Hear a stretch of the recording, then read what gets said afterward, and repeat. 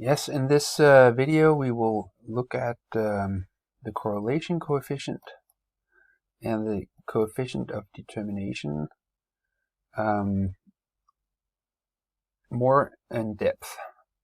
And to do that, we'll take a vector approach and look at the statistics from described by vectors. So first of all, we have an X sample here, which consists of 3 observations. That's a small sample, but that's because we need to visualize everything, and we only have 3 dimensions, so we have to stick to small samples. And I imagine that this is a sample of dogs and their weights. So this is a dog weighing 20 kilograms, 10 kilograms, and 50 kilograms. Now we can find the mean of this sample. That turns out to be 26.6 kilograms, and we can construct a mean vector. So that looks like this. It's a vector which has the mean value in each coordinate. Furthermore, we construct what we call the dual space. That's a plane which is perpendicular to the mean vector. I'll show this in a plot in just a minute. So that's the dual space. It's a plane which is perpendicular to the mean vector. Also, we construct what I call the deviation vector. That's just the difference between the sample and the mean vector. That's an interesting vector, so I'll write it down here. I'll call it Sx. It's the difference between the sample and the mean vector. So in general, we have 3 observations minus the mean vector here, which has the mean value in all components. So altogether it becomes a vector which has coordinates x1 minus x bar, x2 minus x bar, x3 minus x bar. That's the deviation vector here. Let's look at these vectors. So here we have them. The blue one is the sample vector, the one that contains the dog weights. The black one is the mean vector. Notice that it's parallel to the line which has a direction vector 1, 1, 1. And then we have the deviation vector, the green one. That's a vector which points from the mean vector to the sample vector. And notice how this vector is in the dual space, the space which is perpendicular to the mean vector. So it lies in the dual space, this deviation vector. So now we do the same thing for another sample, which I call the y sample. So we imagine that the y values here are the top speeds of the dogs. Maybe we should write that down. So x represents the weights, the dog weights, and y represents the top speed of the dog. So it turned out that we have a top speed of 48 kilometers per hour, and that was for the dog which had a weight of 20 kilograms. And the dog which has 10 kilogram weight has a top speed of 30 kilometers per hour, and the last one has 55. So we compute the mean vector and the deviation vector, which is just y minus y mean, and then we can show these in one plot. So here we have the x vectors, the x sample, the x mean, and the deviation of x here. And here we have the y sample, the y mean vector, and the red one is the deviation vector. So I'll use a red one over here, like that. Sy, well, that's y1 minus y mean, y2 minus y mean, and y3 minus y mean. That's the y deviation vector. And the reason I write these 2 vectors is because they are the ones that interest us, so I'll just remove everything else and just leave the green and the red vector here. And that's how they look. And in order to compare them, I put them tail to tail and also plot the plane that they define. That's the dual space. So here we have them tail to tail, and we can more easily see how they relate to each other. So as you can see, they define a plane, those two vectors, and there's an angle between them. Now this angle here, and I'll try to draw on the graph here. This angle here, let's call it theta, or theta. That tells us something about how those two variations, those two deviations, correlate. If the two vectors are parallel, that means they deviate or variate in the same direction. So that would give us an angle which is 0. Cosine of such an angle would be 1. And if we imagine the red vector here was perpendicular to the green one, we would have a right angle here, and we would have cosine of pi by 2, which is 0. And if the red vector was opposite directed to the green one, we'd have an angle of 180, or pi, and that has a cosine value of -1. Now, these cosine values of the angle we define to be the correlation coefficient. Now, if the more parallel or anti-parallel these two variation vectors are, the more correlated are the samples. Now, they can be correlated in a positive way or in a negative way. But if they are perpendicular or close to perpendicular, then we would say they are hardly correlated in any way, corresponding to a correlation coefficient of 0. So let's just write that down. I'll swap the color here.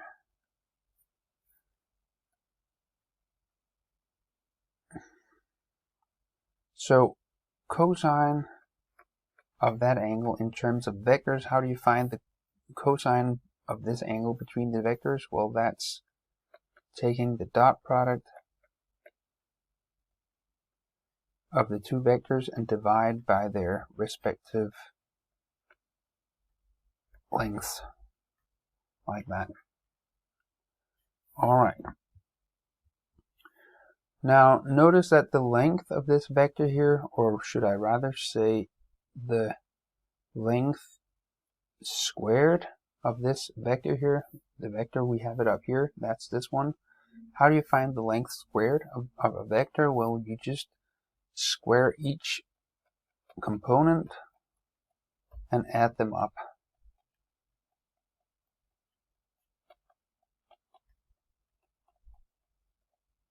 Like that, or you can write that as a sum. You sum over the observations, subtract the mean square, and then you have Sx length squared. For this one up here, that's the dot product of this vector and this vector here. So you'd get x1 minus x bar times y1 minus y bar plus x2 minus x bar times y2 minus y bar, and so on. Or written as a sum, it would be xi minus x bar times yi minus y bar. And now you can recognize this formula that we have here for the correlation coefficient. It becomes the sum of xi minus x bar times yi minus y bar divided by the square root of the sum of xi minus x bar squared and square root of yi minus y bar squared, and summing over I in both cases. So that's the formula for the correlation coefficient, and we derived it sort of using vectors.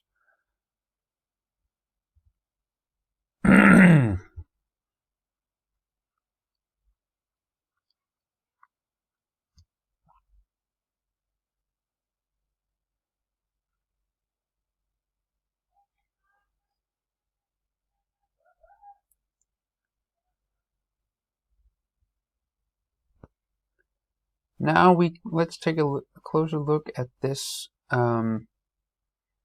picture here. So what I did now is that I shrunk this x deviation vector down to a unit vector, and then I have drawn the perpendicular vector, the blue one here, is perpendicular to the x deviation unit vector here. These two vectors define a coordinate system in the dual space in which all of these three vectors are situated. And I'll just draw it over here.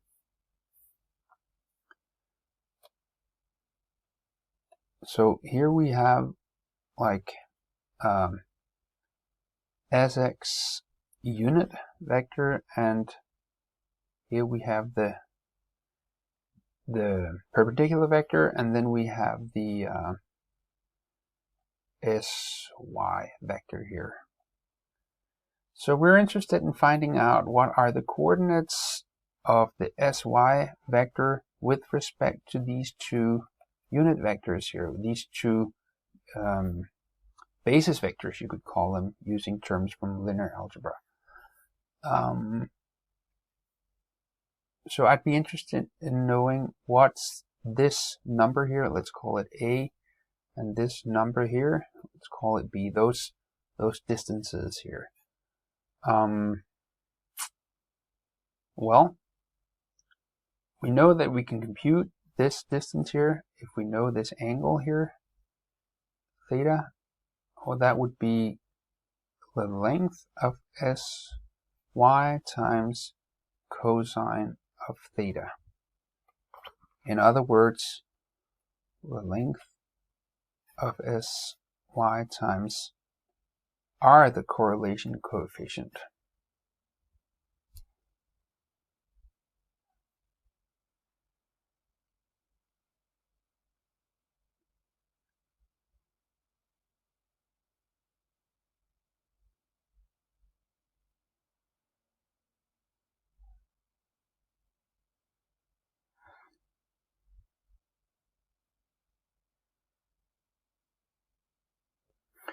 If we use Pythagoras on this right angle triangle, we see that the hypotenuse squared, the length of that squared is equal to A squared plus B squared. So this Sy here, what is that? Well, we just went over that just a minute ago.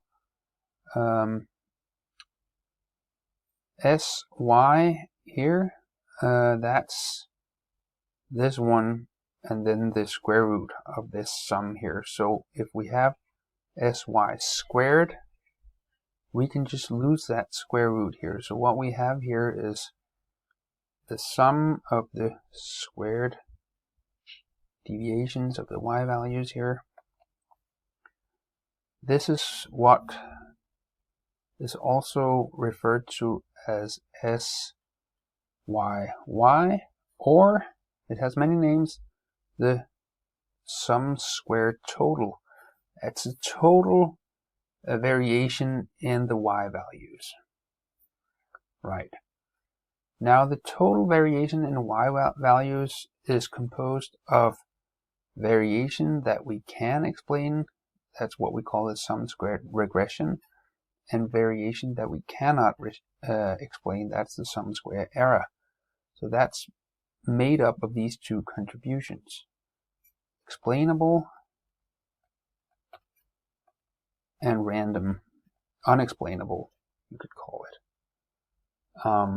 And as you can see, the explainable contribution to the total variation in the y value is this a squared, but we know what a is here, so you can set this contribution equal to a squared, which is, well, a is this thing here, so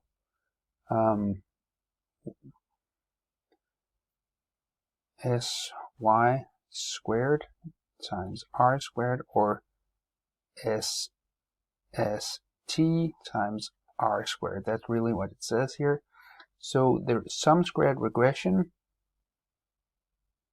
is equal to the sum squared total times r squared. And I'm running out of space here, but I think you can just fit it. This is an important result. The sum square regression is equal to the sum squared total times r squared, or if we manipulate this a little bit, we get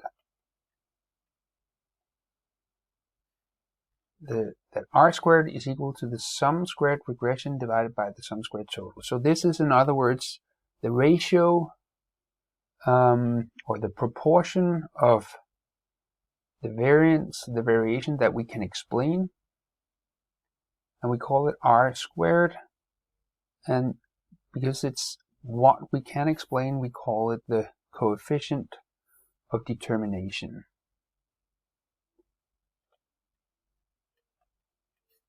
Coefficient of determination. So in other words, it's the proportion of the variation in the speeds of the dogs that we can determine by looking at their weights. There's another proportion of the speeds which is determined by other factors that we don't know anything about. That corresponds to this contribution over here. And of course you can compute that just by subtracting. That says it in itself. Or you could find the sine value of this angle here. Sorry, this angle here. So yeah, many ways, but that's how they're related.